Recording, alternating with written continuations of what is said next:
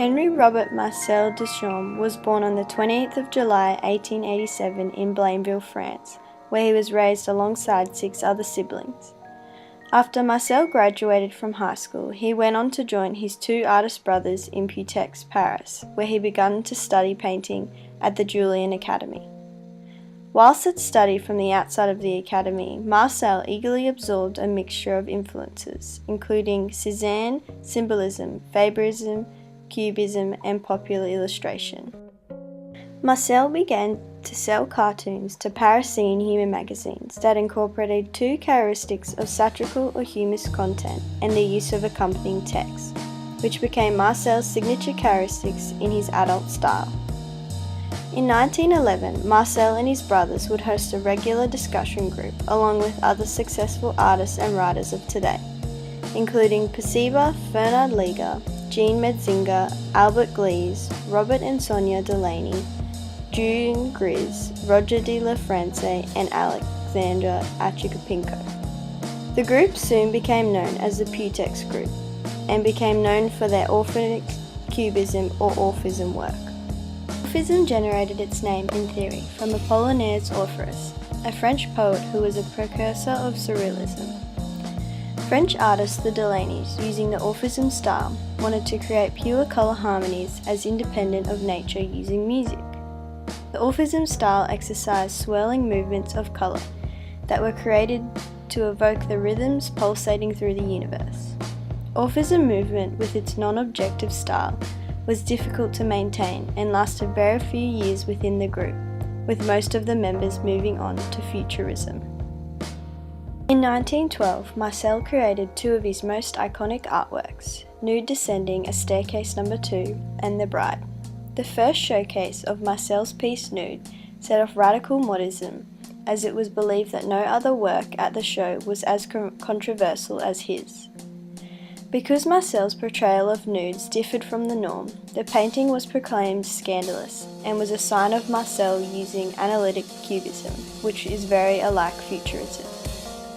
In order to capture a static representation of movement, Futurism, with its glorification and modernisation, and aimed to convey the surge of industry society, accomplished the technique of analytic cubism. Because analytic cubism was identified as criticism of traditional art, it limited a subject to a single place and time. Marcel's method, combined with Futurism, allowed for new notions of space and time, or matter and motion, to be expressed, which was originally exposed by Einstein's special theory of relativity. Unlike other idealizations, glorifications of progress, modernity, industry and technology, Futurism reached its doom in World War I. During Marcel's brief break from painting, he studied mathematics, physics, and the theoretic works of Henri Poincaré. Henri Poincaré's studies changed Marcel's thinking and influenced his next lot of artworks, including 3 standard stoppages and his ready-made pieces. After moving to New York in 1915, Marcel largely established the Dadaist movement, influencing his next works of art and the creation of a Dada magazine. Due to the misery of the mass killings in World War I, a group of mostly ex-futurist artists joined together and launched the protest movement known as Dada or Dadaism. Its purpose was to announce to the public that the disaster of World War I provided all established values, including political, moral and aesthetic ones, meaningless. With the same aim to overthrow bourgeois society and its logical and economic structures, Dadaism could be seen as closely linked with communism. However, the link with communism is not specific with Dadaism, as most 20th century artists associated with communism and socialism. Dadaism was only around for a very limited time, living for only around 10 years. According to Hans R., Dadaism carried ascent and descent and absurdum. In order to achieve indifference, it was destructive. Marcel's piece, known as the Improved Mona Lisa, was a clear example of this. After Marcel's Dadaist period in New York, he later moved back to Paris, and by the 1940s he played with the style of Surrealism, producing his final piece of work in 1966. Duchamp's ready-mades, his goal was to find an object that would not attract anyone, through its ugliness or beauty, to find a point of indifference. If Duchamp decided that he liked the object for any of his ready-mades, he would immediately discard it as the work became about the object rather than what could be the motivation for the work. There would be no liking or disliking of the object, just the simple fact that it existed. In Marcel Duchamp's first ready-made, named Fountain, he challenged what he called retinal art, this being art that was purely for viewing pleasure with nothing behind the canvas. This meant that the viewer was to see, appreciate, and move on, so to speak. The work Fountain was so unorthodox and against the tide that it was seen, mocked, and continually scorned within the artist community and the general public. Fountain at its base is a common urinal placed on its side with a crude signature of Duchamp's alias named Mutt. Submitting the work under the name of an alias allowed Duchamp to enter the work into an exhibition he was director of without any pretense. With such a large reputation in the artist community, Duchamp's work was finally able to be seen without anyone assuming anything. It was raw, in your face, and at the time unexplained, leaving people with little more than questions and frustration. In 1942, Duchamp continued to challenge what an exhibition was about.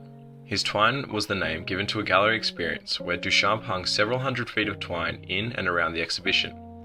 It masked works and the architecture of the building which held the works, and to add further controversy, Duchamp organised young children to play and run around the paintings on opening night. Traditionally, museums were a place to be seen, enjoying the upper-class appreciation of fine art. Duchamp threw this idea on its head and continued to do so with exhibitions that required flashlights and others with coal bags suspended from the ceilings.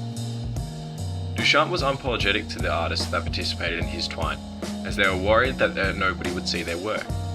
Duchamp was quick to downplay the significance of his twine when the media stated how the twine became a maximal obstacle between paintings and viewing space.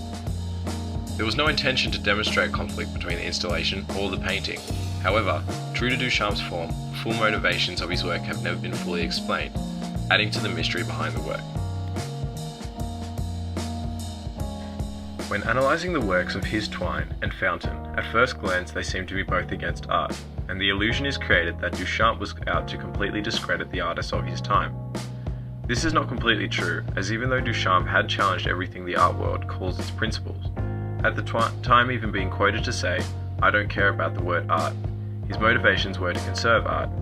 He wanted to remove the idea that art was a category, even though it had been so discredited by himself. The works Fountain and his twine both challenged art, but in very different ways. In Fountain, Duchamp challenged what could be art and why art was art. Importantly, Duchamp also challenged the notion of the name of an artwork, that simply because it was the work of a famous icon at the time, it had great value.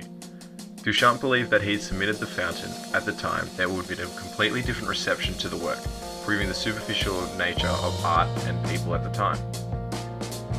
The work His Twine shone a light on the idea of an art gallery being a pristine sanctuary for the art to remain.